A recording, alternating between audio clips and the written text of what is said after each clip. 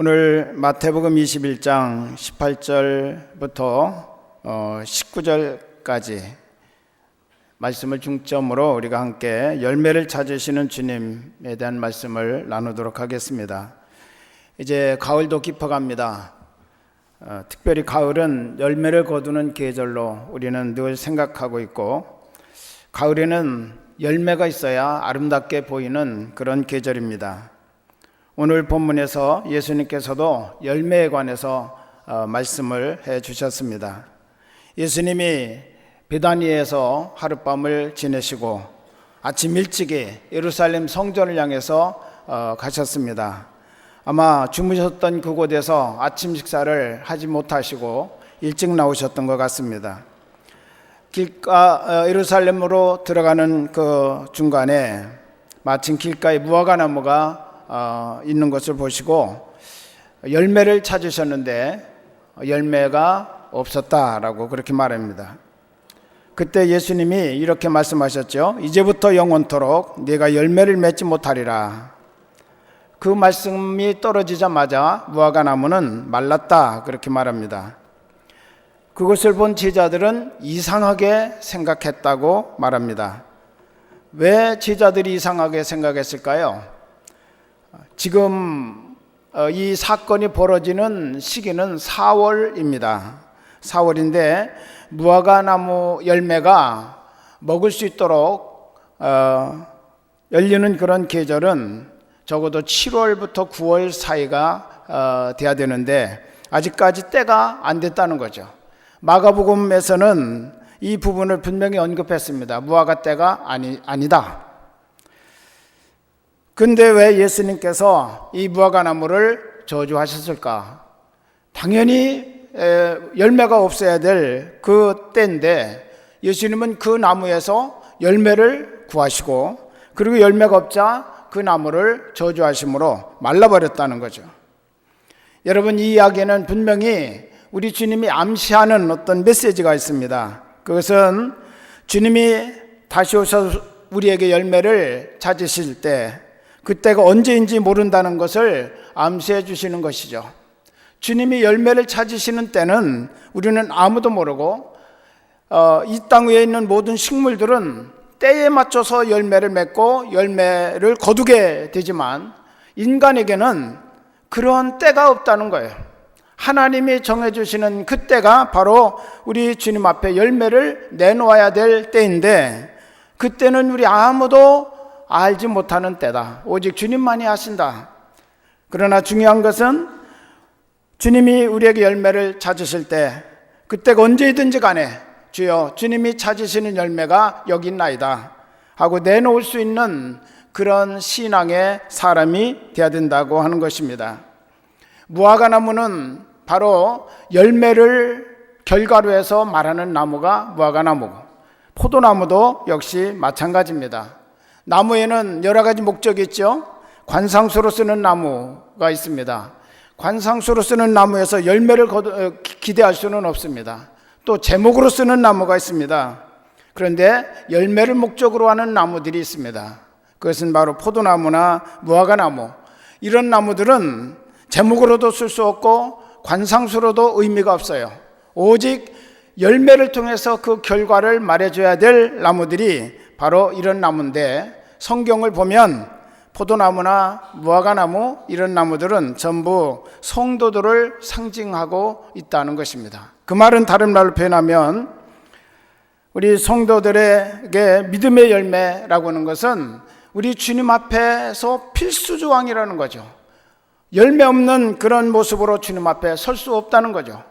열매를 가지고 그 결과로 주님 앞에 나설 수 있어야 된다고는 사실을 우리에게 말씀해 주고 있습니다. 언제나 열매를 찾으시는 주님 앞에, 주님, 내 인생의 열매, 내 신앙의 열매가 바로 여기 있습니다 라고 말할 수 있는 우리 모두가 되어야 될 줄로 믿습니다. 무화과라고는 말 뜻이 무엇인가요? 없을무, 꽃화, 과실, 과자인데 꽃은 없으면서 과일을 맺는 나무가 바로 무화과다. 그러나 무화과가 꽃이 없는 것은 아닙니다. 꽃이 있는데 겉으로 보기에는 꽃이 없는 것처럼 보이는 것뿐입니다. 그래서 사람들이 겉으로 볼 때 꽃이 보이지 않는다. 그래서 무화과 그렇게 말하는 거죠.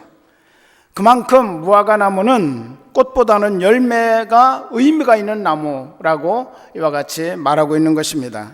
하나님께서 우리에게 요구하시는 것도 보기 좋게 화려한 그런 꽃이 아니라 열매라는 사실이죠. 그런데 때때로 우리의 삶을 보면 열매 성도보다는 꽃 성도가 되기를 원하는 경우들이 많이 있습니다. 꽃 성도는 무엇입니까? 드러나는 일에만 관심을 갖는 사람을 말하는 것입니다. 이름이 나야 하고 무대에 서야 하고 자기가 나서야 직성이 풀리는 그런 삶, 사람들이 꽃을 보고 감탄하는 것처럼 자신을 드러냄으로 말미암아서 사람들의 칭찬을 듣기 좋아하는 사람, 이런 성격과 이런 신앙의 모습을 꽃성도라고 그렇게 부를 수가 있습니다. 그러나 열매 성도를 우리 하나님께서는 원하신다는 거죠. 열매 성도란 이름이 나든지 나지 않든지 묵묵히 자기 자리를 지켜가며 봉사하는 사람을 말합니다. 사람이 아닌 하나님의 마음에 들려고 하는 사람을 말하는 것입니다. 사람들에게 드러나지 않아서 찬사는 받지 못한다 할지라도 보는 이의 마음에 감동을 주는 사람을 말하는 것입니다. 없는 듯 드러나지 않지만 귀한 결실로 우리 하나님 앞에 영광을 돌리는 무화과와 같은 성도를 열매 성도라고 그렇게 말할 수 있습니다. 여러분, 우리 모두가 다 열매 성도가 되어서 사람의 마음보다는 하나님의 마음을 기쁘게 해드리고 하나님께서 기대하시는 것에 부응하는 그런 삶을 우리가 살아갈 수 있어야 되겠습니다. 그렇다면 우리가 맺어야 될 성도의 열매는 무엇일까? 여러 가지 많은 열매들을 성경은 말하고 있지만 크게 두 가지로 묶어서 말할 수가 있겠습니다. 첫째는 복음의 열매입니다. 복음의 열매는 그리스도의 복음의 씨를 뿌려서 얻는 구원의 열매를 말합니다. 예수님이 말씀하셨습니다. 요한복음 12장 24절, 내가 진실로 진실로 너에게 이르노니 한 알이 미리 땅에 떨어져 죽지 아니하면 한 알 그대로 있고 죽으면 많은 열매를 맺느니라. 씨가 된 사람, 열매가 된 사람, 그 사람은 자신이 땅에 묻혀져야만 그 열매를 맺을 수 있다고 하는 것입니다. 씨는 땅에 묻히지 않으면, 땅에 떨어지고 묻히지 않으면 열매를 맺을 수가 없다는 것입니다. 땅에 떨어져서 낮아지고 또 흙에 묻혀서 덮여질 때, 썩어질 때, 그때서야 열매를 맺을 수 있는 것이 바로 씨앗이다. 그렇게 주님은 말씀을 하시면서 우리 예수님이 바로 이 말씀을 하실 뿐만 아니라 스스로가 먼저 열매를 위한 한 알의 씨앗이 되셨다고 성경은 말씀합니다. 고린도전서 15장 20절에 그러나 이제 그리스도께서 죽은 자 가운데서 다시 살아 잠자는 자들의 첫 열매가 되셨도다. 할렐루야. 첫 열매가 되신 주님은 사망의 권세를 물리치는 씨앗이 되어주셨습니다. 구원을 받게 하는, 또 영생을 얻게 하는, 하나님을 아버지로 부를 수 있게 해주는 그런 아름다운 씨앗이 되어주신 분입니다. 이 첫 씨앗이 되신 예수님이 사람에게 심겨지기만 하면 그 사람의 인생이 송두리째 바뀌어지는 변화가 일어납니다. 첫 열매가 되신 예수 그리스도를 믿고 변화된 한 사람 한 사람이 바로 구원의 열매다. 성경은 그렇게 말하고 있습니다. 바울이 고린도 교회에 편지하면서 스데바나의 집은 곧 아가야의 첫 열매라고 16장 고린도전서 16장 15절에서 말씀했습니다.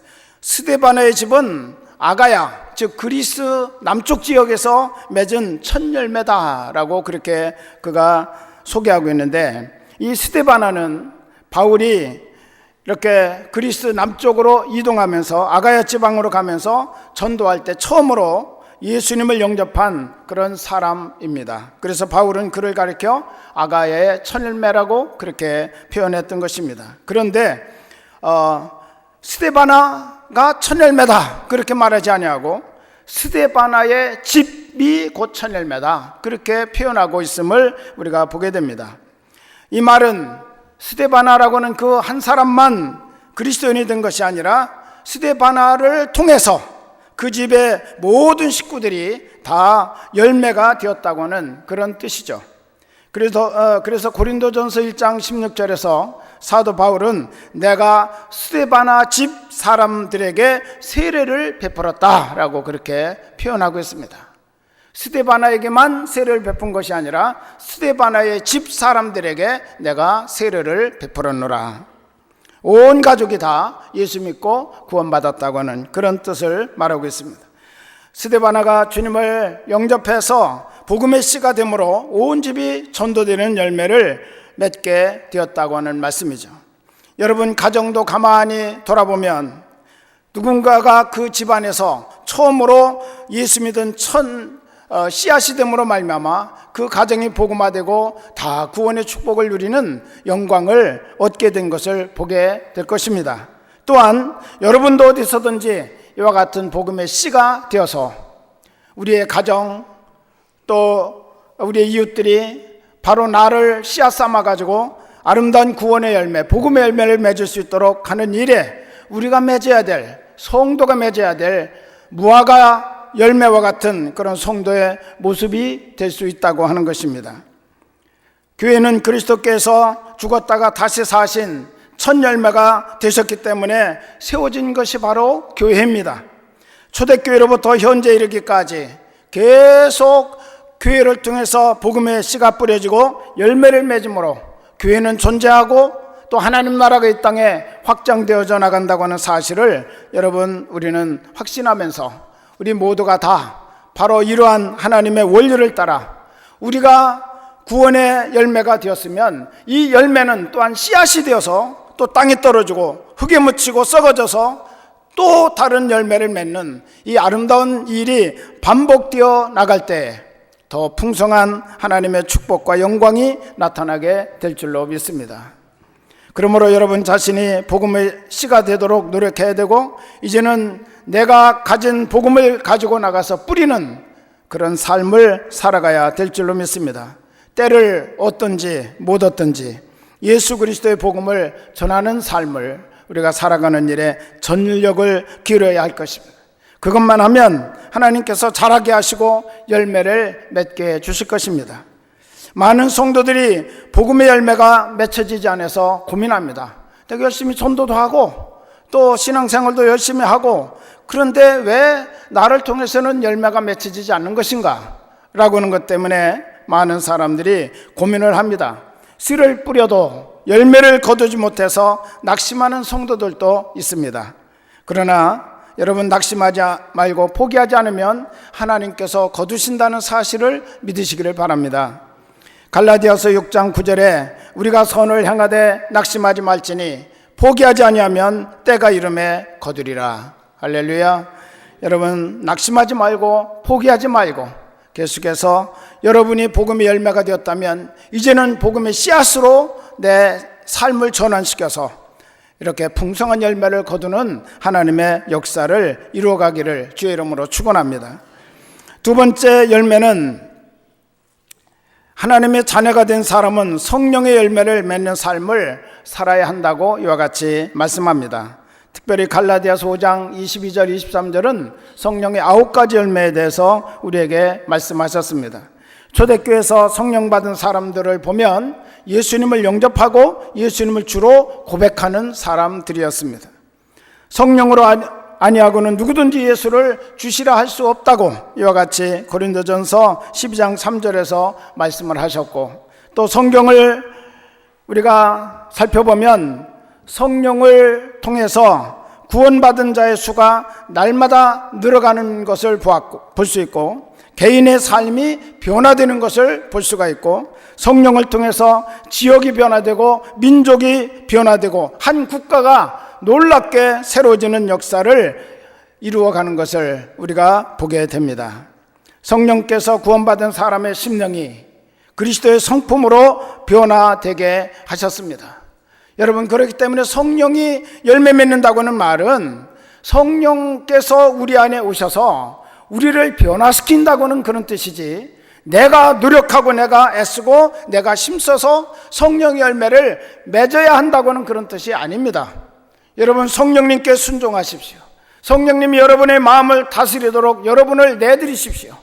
그러면 성령님께서 여러분을 다스리고 여러분을 주관하시고 여러분을 변화시켜 주셔서 이와 같이 아름다운 9가지의 성품의 열매를 맺을 수 있는 놀라운 역사를 이루어 주실 것입니다. 내가 맺으려고 한다면 결코 안 됩니다. 성령께서만이 맺게 하실 수 있는 열매지 내가 노력해서 맺을 수 있는 열매가 아니라는 거예요. 다만 우리가 할 수 있는 것은 성령께서 나를 변화시키사 이런 열매를 맺을 수 있도록 내 마음을 열고 성령님을 환영하고 영접하고 그분이 나를 다스려 나가시도록 내가 성령에게 순종하는 삶을 살아가는 것이 중요한 것입니다. 여러분의 매일매일 순간순간의 삶이 성령으로 살아가는 삶, 성령께서 이끌어 가시는 그런 아름다운 삶이 되시기를 우리 주님의 이름으로 축원합니다. 성령께서 이와 같이 우리를 변화시켜 주시면 예수 믿는 그 삶 속에 구원의 감격이 일어나고 그 감격을 통해서 우리는 사랑할 수 없는 사람을 사랑하는 이런 기적을 만들어낼 수 있습니다. 기뻐할 수 없는 조건에서도 기쁨이 넘쳐나는 그런 열매를 맺을 수가 있습니다. 용서할 수 없는데도 손잡고 화목의 눈물을 흘리며 화평을 누리는 역사를 이루어갈 수 있습니다. 참을 수 없는 조건에서도 오래 참을 수 있는 능력을 힘입게 되는 것입니다. 성령께서 임하시면 사람이 달라져 갑니다. 이것이 바로 성령의 역사입니다. 여러분, 저와 여러분 속에 주님이 들어가심으로 이런 성령의 역사와 변화가 일어날 수 있기를 주의 이름으로 축원합니다. 그래서 정말 주님이 원하시는 그런 아름다운 열매를 언제나 우리 주님이 요청하실 때 올려드리는 그런 열매 있는 성도 될 수 있기를 우리 주님의 이름으로 축원합니다. 우리는 우리의 삶의 현장에서 예수 믿는 사람으로 열매를 맺고 살아가야 합니다. 마태복음 7장 16절에서 그들의 열매로 그들을 알지니 가시나무에서 포도를 또는 엉겅퀴에서 무화과를 따겠느냐라고 말씀하셨습니다. 열매로 그들을 알게 된다는 것입니다. 여러분, 우리가 정말 하나님께서 원하시는 이런 좋은 열매를 맺음으로써 하나님으로부터 내가 열매로 너를 알 수 있겠다라고 말씀하신 그 말씀처럼 우리가 하나님 앞에 알려진 바 되고 하나님이 아신 바 된 그런 아름다운 삶을 우리가 살게 돼야 될 줄로 믿습니다. 예수님을 믿음으로 전도의 열매도 맺고 성령의 열매도 맺는 그런 삶이 우리 안에 일어나야 됩니다. 그렇게 될 때 가정에서 부부끼리 또 부모와 자식끼리 형제끼리 화목하게 살아가는 삶이 이루어지게 됩니다. 또 교회와 사회에서 우리 모든 사람과의 아름다운 그런 삶을 우리가 살아가면서 하나님의 나라를 이루어갈 수가 있습니다. 이 가을 열매를 맺고 열매를 거두는 이 계절에 정말 우리가 하나님의 거룩하고 복된 자녀로서 복음의 열매도 맺고 성령의 열매도 풍성하게 맺고 감사가 넘쳐나는 복된 삶이 이루어질 수 있기를 우리 주님의 이름으로 축원합니다. 기도하겠습니다.